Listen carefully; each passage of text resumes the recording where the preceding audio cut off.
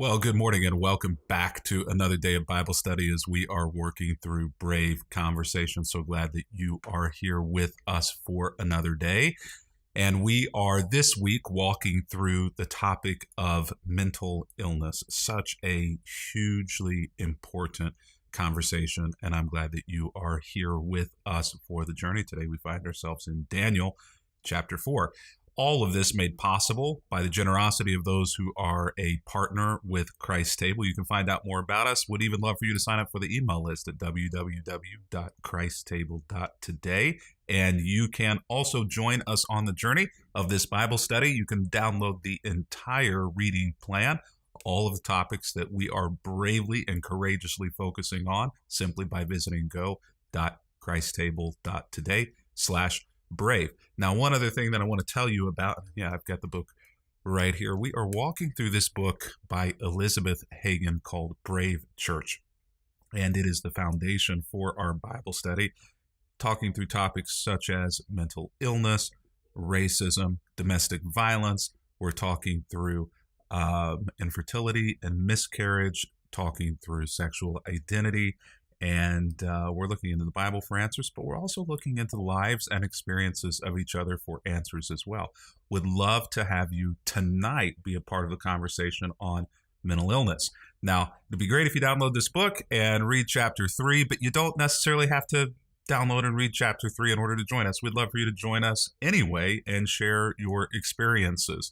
Simply log on at 8 o'clock Eastern Time to go.christtable.today/discuss, and we'll be there. Would love to have you as a part of the large group of people who are on each and every week discussing these topics. And I'm looking forward to learning from you about mental illness and educating myself, and maybe we will all be able to help each other as we look more deeply into this topic from a faith-based perspective, but also from a clinical perspective as well. Well, let's dig in.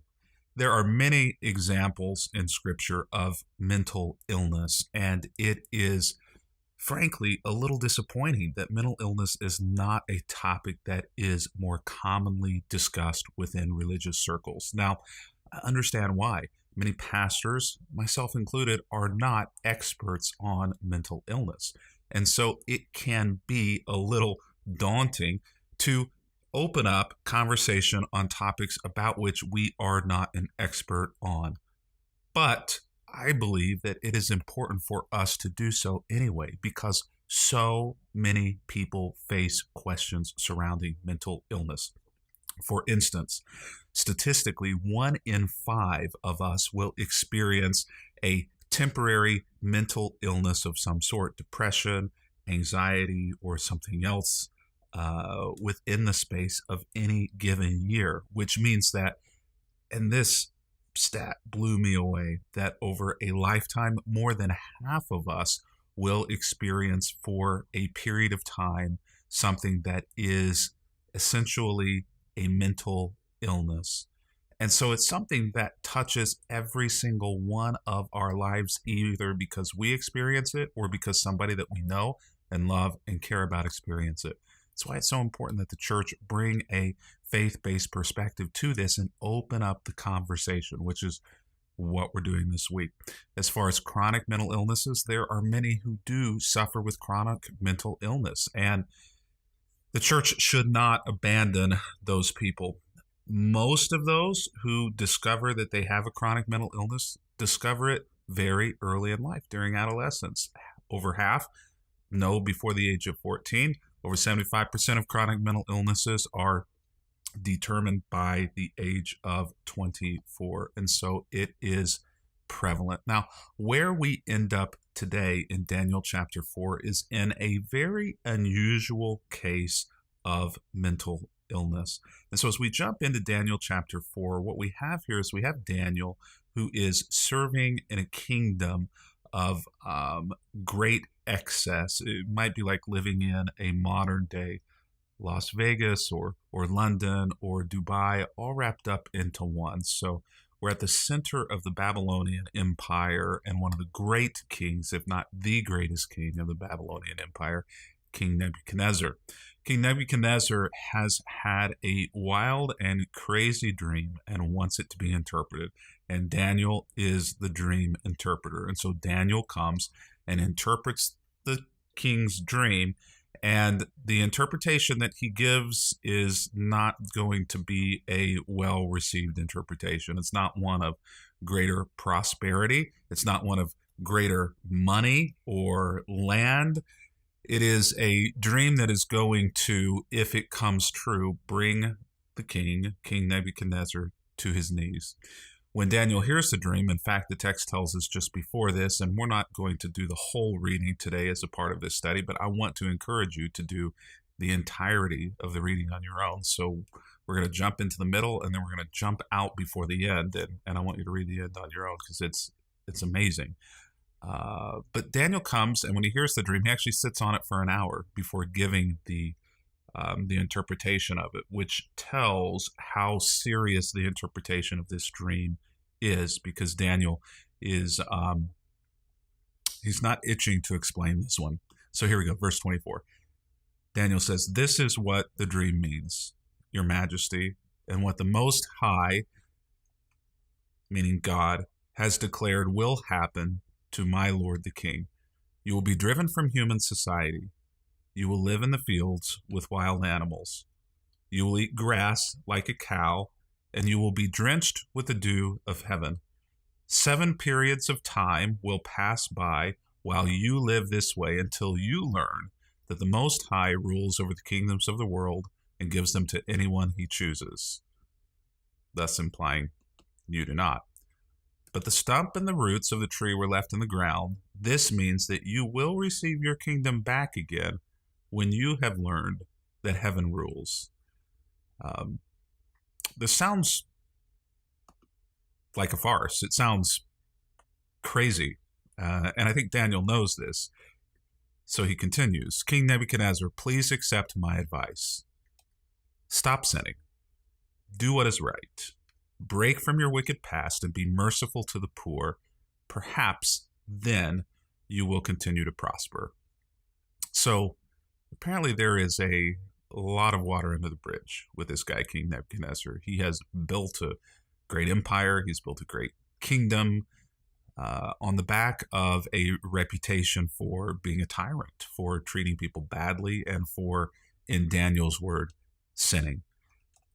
So Daniel has the unfortunate privilege of giving this news to the king, news that you have to wonder if the king heard and said, "I'm going to find myself out in the field, eating grass like a cow for 7 periods of time." You can almost imagine the king laughing at this dream interpretation. Maybe he did. Maybe he didn't. We don't know. What we do know is that God graciously gave Nebuchadnezzar time and a nudge in the right direction. We know that this dream does not immediately come true. So it's given. Nebuchadnezzar responds in the moment, however he responds, but it doesn't immediately occur. So Nebuchadnezzar may be translating this as, Daniel was wrong.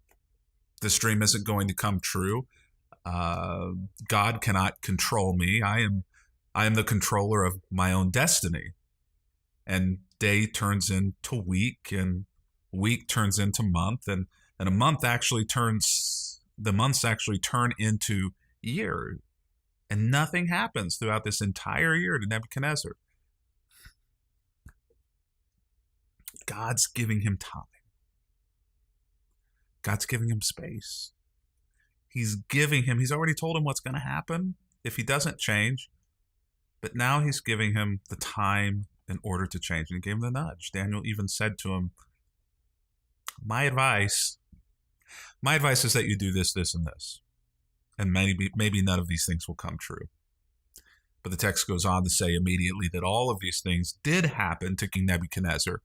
12 months later, now, maybe it was to the day, 12 months later, King Nebuchadnezzar was taking a walk on the flat roof of the palace in Babylon. And Babylon, the Hanging Gardens of Babylon, one of the seven wonders of the world, what he had built is recorded in history because it was so magnificent. And so we have an enormous record of all of King Nebuchadnezzar's pursuits and what he built and how great he was, greater perhaps than even King Herod, who built Jerusalem, who built the temples.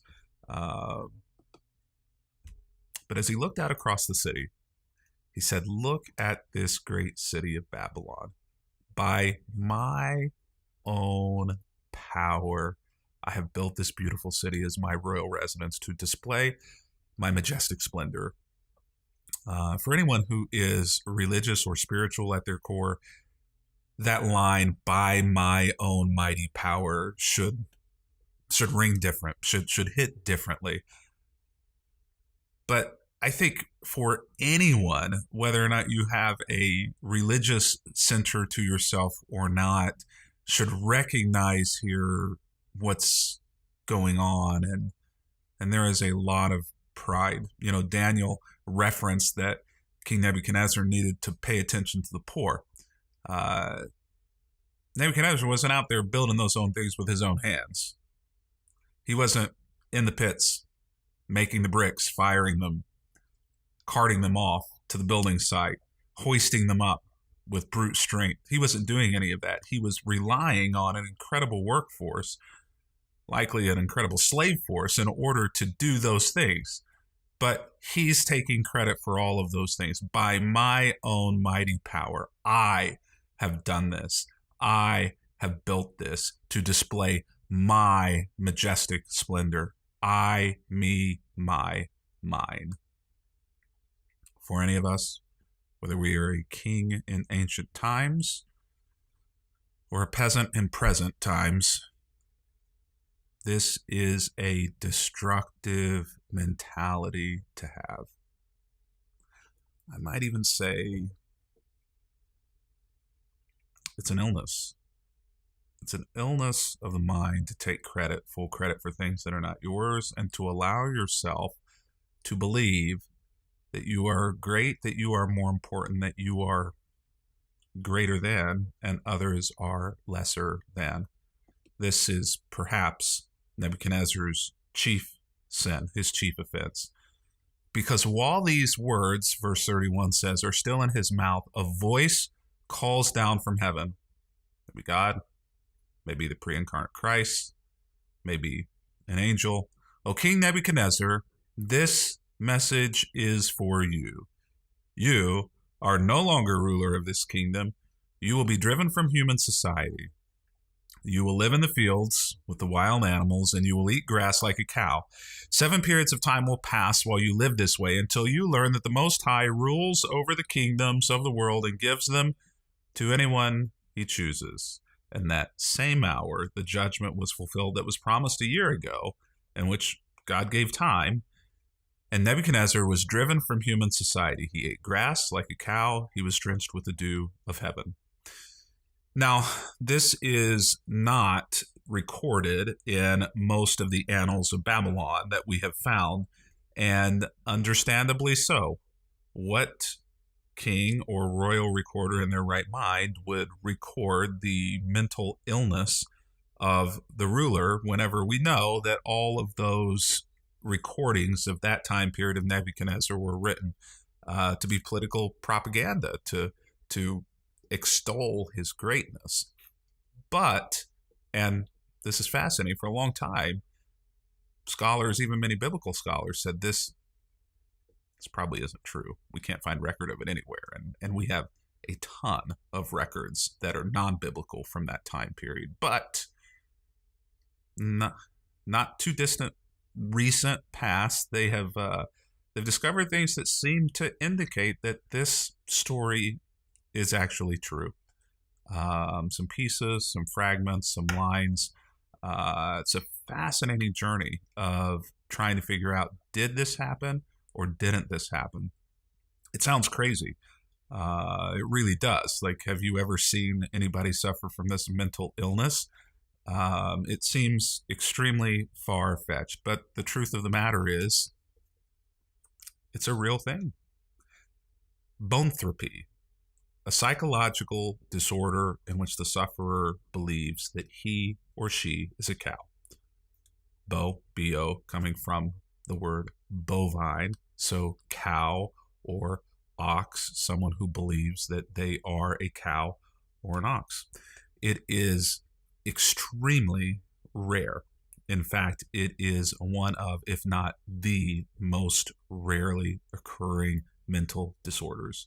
And if you look it up, even in science journals, King Nebuchadnezzar will be listed as the classic and first and primary example of it happening. There's another example of it happening in the 1800s. There's another example of it happening in the mid-1900s that was well documented. All of these fall under a bit of a larger umbrella called zoanthropy, where people generally believe that they are animals, but boanthropy is the specific animal that's being mentally assumed is a cow or an ox. But what it is, I think we can say is fairly clear from the record. But who sent it? Well, the text seems to very clearly indicate in this situation that God sent it to him for a very specific reason. But I think that we might also say, and I want to be clear here, this does not mean that most or all mental illness are brought on by self. All right, let's say that. Most or all mental illness are not brought on by self or by one's own actions. But in this particular case, it seems as though it was brought on clearly by his extreme pride. Now, I don't want to make too far of a leap here because, again, my fear is that we'll think that mental illnesses are usually or always triggered by things that we do or how we think or how we act. That is simply not the case. But I want to caveat and say that there is documented medical and reasonable assumption that we do have a part to play at times in becoming mentally ill under certain circumstances and also pulling ourselves out of those mental illnesses. Obviously, there are many extenuating factors, and I know that I'm going real far to qualify and caveat this, and so I'll just kind of hit pause there because I think I made my point. But I want to say that in this circumstance, it seems as though the mental illness was both brought on by a situational issue inside of King Nebuchadnezzar, and we're going to see in just a moment that it was taken away in the same way, that it could have been avoided, but it wasn't because of extreme pride. So we might even say here that it would be as right to say that King Nebuchadnezzar drove himself to mental illness through his extreme pride, as much as it is to say that God sent the mental illness because of his extreme pride. Tomato, tomato, potato, potato. It's kind of saying the same thing here, which leads me to say, and I don't want to overstate this too much, but whenever we place ourselves at the center of the world, whenever we do what King Nebuchadnezzar did and we have extreme pride and we look around and we say, I, me, my, mine, I'm the greatest, I did all of this, this is all me. Whenever we become that self-focused and that prideful, there is a mental casualty that happens because of that. There are mental, emotional, psychological repercussions of that attitude. of that personality. And the Bible seems to indicate, both here and in other places, that those things are sin is a word, but maybe an illness as well, an illness of the mind, a mind that places self at the center rather than something else. And so what we see here is that Nebuchadnezzar measures himself by himself rather than measures himself by God. Now, if we really stop and pull back and think about this from our own life and from the lives of others who are around us, this statement makes so much sense. That so much of bad and the issues and the trauma in our lives come whenever we measure ourselves by ourselves rather than measure ourselves by God. How do you measure yourself? We see King Nebuchadnezzar over here and how he measured himself, but how do you? And is some of the trauma that you're facing right now or that you have faced in life, is it possible that maybe some of that came into your midst because you were measuring yourself by the wrong thing? Measure yourself by God and what He says about you rather than by yourself. And so, again, today before we close, I want to come back to this. You're not alone. No matter what you're facing, whether it is psychological, personal, emotional, relational, no matter what you may be facing, you're not alone. Not only is God there with you, as He was there with King Nebuchadnezzar, and if you read the rest of the story, after those 7 periods of time, 7 years, in fact, if you go back and finish the reading for today, it is quite an ending to this story, an incredible ending to this story. And I don't want you to miss it, but I'm not going to give it away. I'm not going to tell you what it is. So you're going to have to go read it. But you're not alone. In the community of God, your sorrow is my sorrow. My sorrow is yours. And our pain is shared.